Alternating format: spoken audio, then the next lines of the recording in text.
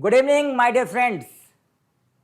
आज हम लोग एक बहुत ही कॉम्प्लिकेटेड टॉपिक के बारे में बात करने वाले हैं। इंग्लिश में करीब 90% बच्चे इस टॉपिक में गलत आंसर देते हैं। अब आप पूछो सर ये कौन सा टॉपिक है जहां बच्चे गलत आंसर देते हैं? तो चलो डायरेक्टली हम लोग इस टॉपिक के बारे में बात करते हैं। इस टॉपिक का नाम है लास्ट।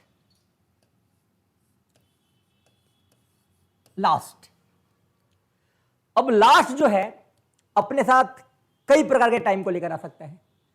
लास्ट ईयर भी हो सकता है, लास्ट मंथ भी हो सकता है, लास्ट वीक भी हो सकता है। मतलब लास्ट अपने साथ कुछ भी ले सकता है। लास्ट ईयर है ना, लास्ट मंथ। तो लास्ट अपने साथ या फिर ईयर लेगा या मंथ लेगा या वीक लेगा, कुछ भी ले सकता है। लेकिन लास्ट के साथ एक कंफ्यूजन है बच्चों के लिए। ये कंफ्यूजन ये है कि यार लास्ट के साथ हम लोग प्रेपोजिशन सिंस लगाएंगे या प्रेपोजिशन फॉर लगाएंगे। सिंस या फिर फॉर, हिंदी में हम लोग इसको से बोलते हैं, सिंस हो या फिर फॉर हो, हिंदी में से बोलते हैं। तो सवाल है सर लास्ट के साथ सिंस लगाएंगे कि फॉर लगाएंगे, ये हम लोगों का क्वेश्चन है। चलो दो एग्जांपल हम लोग लिखते हैं।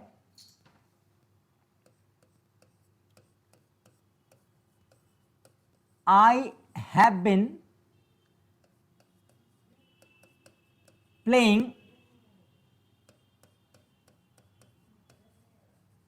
for last year, और I have been playing since the last year। और मेरा क्वेश्चन ये है कि बच्चों इन दोनों में कौन सा एग्जांपल सही है? I have been playing for last year सही है कि I have been playing since the last year सही है? यही मेरा क्वेश्चन है। तो मैं आप लोगों को ये क्लियर कर दूं कि यहां पर फॉर द लास्ट ईयर और सिंस द लास्ट ईयर दोनों का दोनों एग्जांपल जो है वो गलत है, दोनों एरर है। तो आप बोलो सर अभी तो आप बोले लास्ट के साथ सर सिंस भी लगता है और फोर भी लगता है। मैंने फोर लगाया तो भी गलत हो गया, मैंने सिंस लगाया तो भी गलत हो गया। तो भाई कंसेप्ट क्या है? कंसेप्ट क्या है? तो मैं बता दूं, इंग्लिश एक कंसेप्ट को फॉलो करता है। कंसेप्ट क्या है?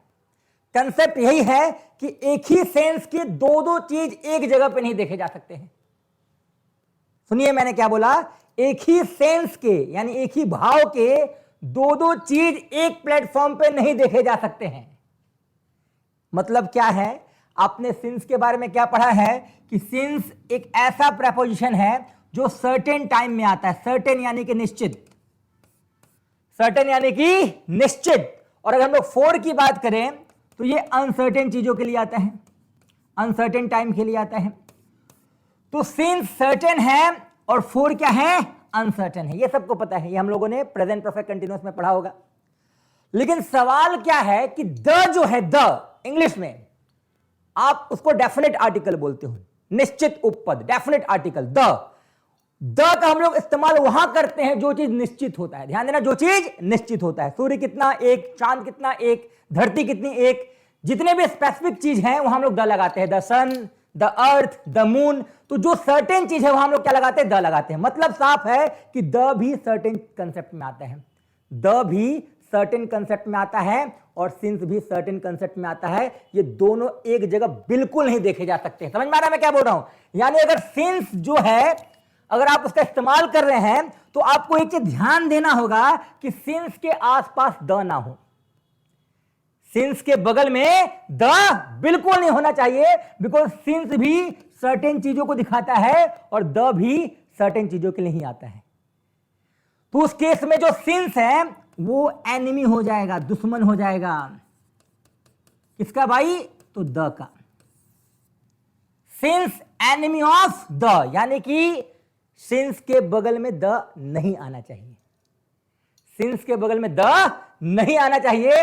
और आपने ये तो सुना ही होगा कि एक पड़ोसी जिस चीज को नफरत करता है दूसरे पड़ोसी उसी चीज से लगाव रखता है। मतलब साफ है कि अगर सिंस का दुश्मन द है तो ये तो भाई अनसर्टेन है ना, इसको सर्टेन से क्या परहेज? ये तो अनसर्टेन है ना, और द किस कंसेप्ट को लेता है, सर्टेन को। तो भाई इसको तो द से कोई परहेज हो ही नहीं सकता है।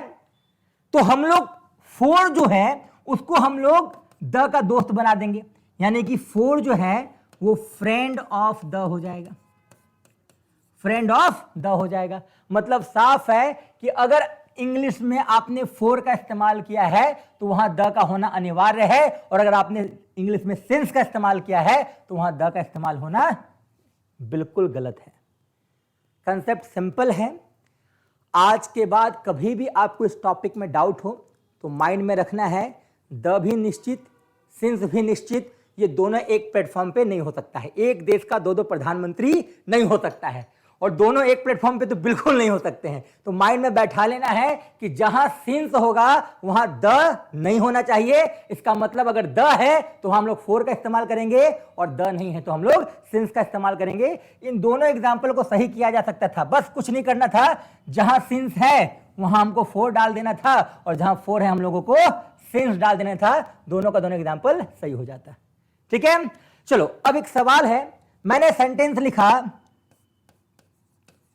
द लास्ट मंथ, और फिर मैंने लिखा लास्ट मंथ।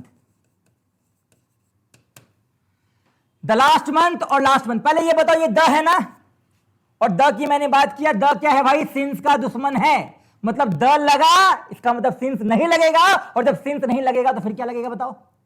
हम लोगों को क्या लेना है, यहां फोर लेना है। समझ में आ रहा है, फॉर द लास्ट मंथ। और अगर हम लोग बात करेंगे लास्ट, ध्यान देना यहां पर, लास्ट के आसपास द नहीं है, इसका मतलब जो है सिंस जो है वो एनिमी ऑफ द है, द नहीं है। इन केस में हम लोग यहां क्या लगाने वाले बताओ, सिंस। तो दोनों एग्जांपल में फॉर द लास्ट मंथ और सिन द लास्ट मंथ होगा। समझ में आ रहा होगा।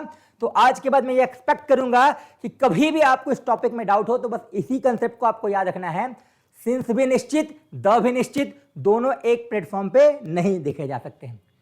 उम्मीद है आपको ये वीडियो समझ में आया होगा। आज का क्लास यहीं तक, बहुत बहुत धन्यवाद।